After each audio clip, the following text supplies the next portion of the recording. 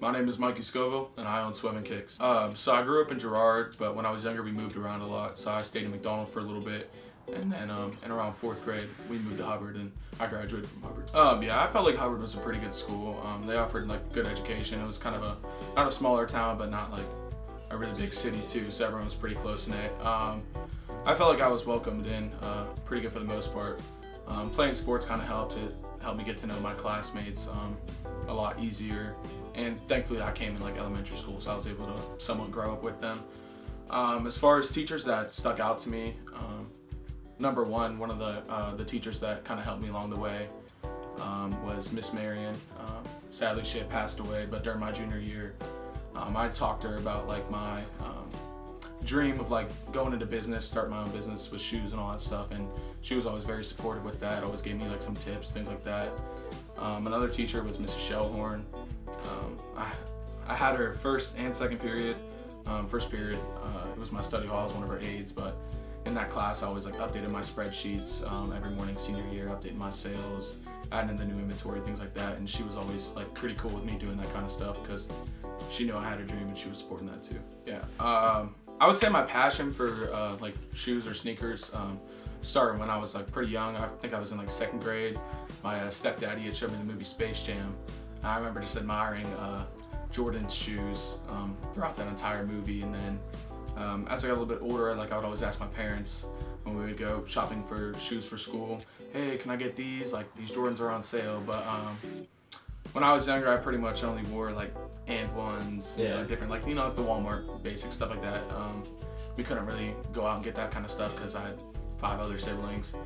And then like towards middle school, I was like buying and selling sports cards actually, and racking up a little bit of money from that. So then that following school year, I went half with my parents on a pair of Jordans.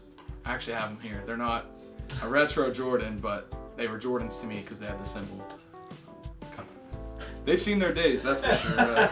There's the Jordan symbol on the back that I was talking about, but yeah, that was definitely pretty cool to me. Then I started getting into like LeBrons, different things like that. I remember with my Christmas money, I bought a pair of LeBron 12s, and then I didn't really get any other cool shoes until I got into like high school. And then I remember my freshman year, my dad had got me some Jordan 11 Platinum 10s. My first real pair of Jordans was my freshman year. Down the road, I sold them to my friend, kind of started my reselling business. Yep. So kind of the main way I reached my clientele was posting on my social medias. I had made an Instagram, was trying to grow that. And then I also had my Snapchat too. When I first started reselling, I didn't have a license, so it was a little bit more difficult for me to meet up with people. I always had to pay for rides, always had to try and find a ride first of all, and then I'd have to pay that person. So I would pay some friends. I ended up meeting another reseller, his name was Trey. We became pretty close because he would always, you know, drive me around. We do deals together, things like that. And then I'd also have people come to my house, but there was kind of a conflict with that. My parents didn't like that too much, which I definitely understand, having a random stranger come to your house at 2 o'clock in the morning because I was trying to sell some shoes. But yeah, then eventually senior year I got my license and I just started doing meetups on my own time. Yeah, so at first I didn't really have a lot of inventory, so there wasn't too much of an issue with storing the shoes, like 5-6 pairs of shoes you can kind of just stuff in your closet. But then as the business grew, as my following grew, I started to get a lot more shoes in, and then it kind of became an issue when my parents would come up in my room and they would just see shoe boxes all across the floor, like lined up against the wall. They weren't really big fans of it because they didn't like kind of understand what I was doing. They thought all the shoes were for me. They didn't understand how I can make money off it, like buying a shoe and then selling it for below market. They thought I was losing money on it. But yeah, I kind of had a bump in the road with that, but figured it out. I ended up moving in with my dad, and I stored like all my shoes in my room there until I opened up shop. I mean, kind of starting like any business or going through business, there's always going to be trials and tribulations, bumps in the road. A few of them that stuck out to me the most were I had gotten robbed the one time. It was I made a pretty stupid decision. Basically, I gave the shoes up before I got the money. There was a couple people, just me.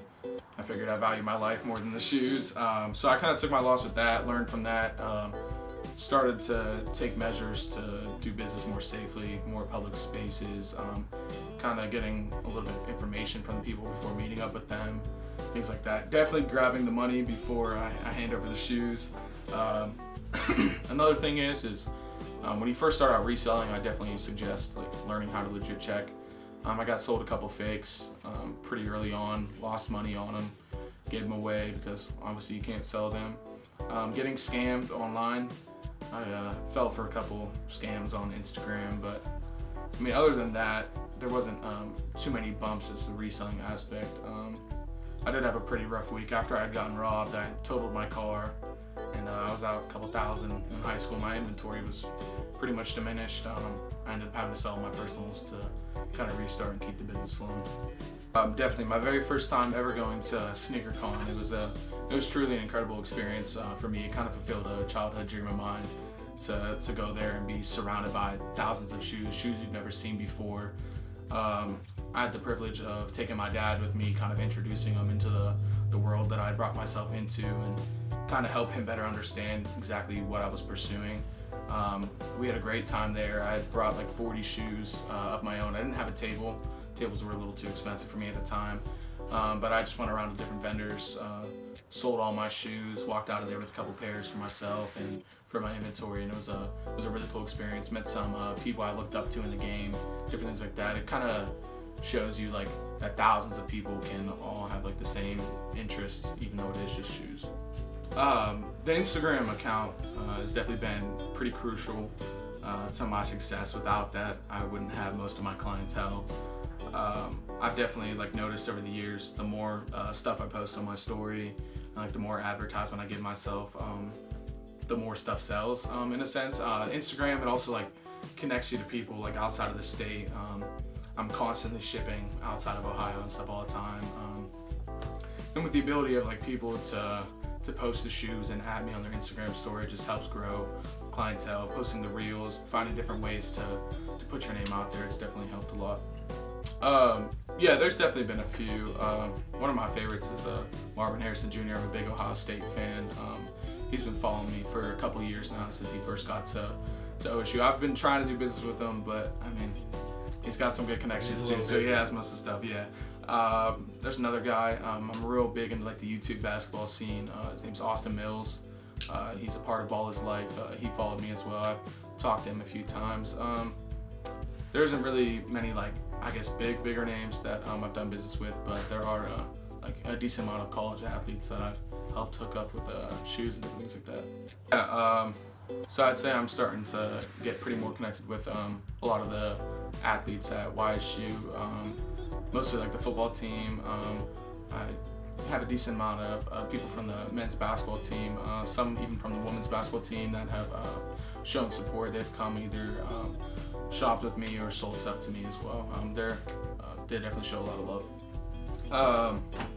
To be honest, the plan was for me to open up a shop like 2-3 years after high school, but then like the summer after my senior year, I was just driving around and I saw a couple smaller spaces for rent, and I figured, oh, like how much the rent costs, maybe I could make this work. I know it's gonna take a little bit more time, but I feel like I could do it. And I reached out to another spot in Hubbard, and I called the guy, and he asked me what I was looking to do when renting the spot, and he kind of didn't understand the concept of what I was gonna do, so I got turned down, and I figured, oh, you know what, maybe this is a sign I shouldn't do this right now.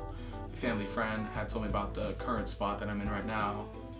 I came in here, I checked it out. It needed some work. I've definitely transformed the place a lot from what it looked like beforehand, but kind of just jumped right into it. Didn't really have an idea what I was doing, but I know if I put my mind to it, I'd figure it out and make it what I had dreamed of. Yeah. Opening day was definitely a surreal experience. It kind of brought everything into, I guess, fruition. I don't know if that's the right word, but it really made me realize that this was real, and I finally accomplished something that I had been working so hard for. It was a great experience, meeting so many new people, seeing familiar faces. It was pretty awesome. I didn't expect to have a line on opening day, so that made me extremely happy. It was pretty much busy the entire day. It was one of the best days that I'd had in reselling up to that standpoint, like sales-wise, so I thought that was pretty cool. There was definitely a moment in time where I had to stop there and just kind of sit back and take a deep breath, try and calm myself down, because there were so many people trying to get in at once, and it was a little bit of a smaller space, so kind of wanted to make sure that everyone was happy, getting what they were looking for, different things like that. Yeah, so Saturday Steals has pretty much become a staple in SwevenKicks. I had started it off one weekend. I figured, I'll try something different. Maybe if I put out some special deals, some people will, more people will come out and shop. And then the first one went really well, and then the second one I was like, all right, what can I do better? So I started trying to bring more energy in the videos, trying to throw better deals, different things like that. And I thought, since my name's Sweven, I figured Sweven Saturday Steals had a nice ring to it. And then, yeah, I guess the energy on Saturdays is always my favorite. I mean, people outside, especially in the summer, there's a few videos on my Instagram, like people were getting here at 7 a.m. I don't open till 1, just because they wanted to make sure they got their deals. Like the support on Saturdays is always amazing, and I'm definitely grateful for everybody that comes out to those. This summer I'm definitely trying to do a lot more stuff that's gonna make it grow even more. It's a lot more than sneakers. Like, you never know the kind of impact that you could have on somebody's life when it comes to just selling them a pair of shoes, making them feel better. I definitely like to be very personable with my clientele. I try my best to remember everyone's name, but I'm more of like a face guy, just because sometimes there can be so many different people coming in here at once. But I've definitely met a lot of great people, friends, and different stuff through selling shoes.